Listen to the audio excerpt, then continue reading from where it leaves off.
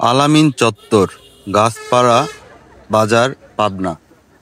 আমিন ভাইয়ের বিখ্যাত বাদাম মিশ্রিত কিশমিশ ও খেজুর দিয়ে মটকা চা।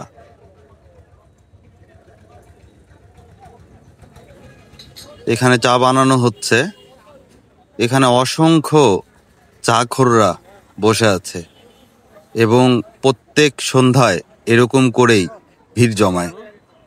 এই স্টলটি পাবনা শহর থেকে বেরিয়ে দাসুরিয়ার রোডের শেষ সীমানায় অবস্থিত। দেখুন সন্ধ্যার সময় কত মানুষ বসে বসে এখানে আড্ডা জমায় আর চা খায়। আমরা গিয়েছিলাম, এখানে চা তৈরি হচ্ছে, আগুনে মটকাগুলো বসাচ্ছে। এখানে বাদাম আছে, কিশমিশ আছে, খেজুর আছে, দুধ আছে, সাথে সর। একে একে এভাবে ৬টি কাপ দিয়ে তারা আগুনে পোড়ায়। আমাদের চা চলে এসেছে, সাথে একটা করে চামচ দেয়। চাটা বেশ মজার, কারণ চাবাই চাবাই খেতে হয়, কারণ কিশমিশ আছে, বাদাম আছে, সাথে আছে খেজুর।